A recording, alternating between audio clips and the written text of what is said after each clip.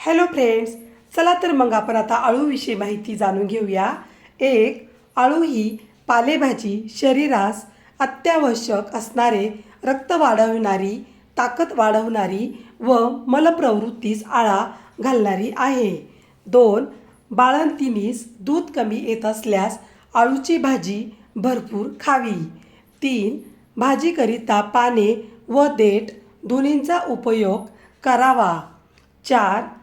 अळूच्या पानांचा रस व जिरेपूड असे मिश्रण पित्तावर उत्तम गुण देते। 5.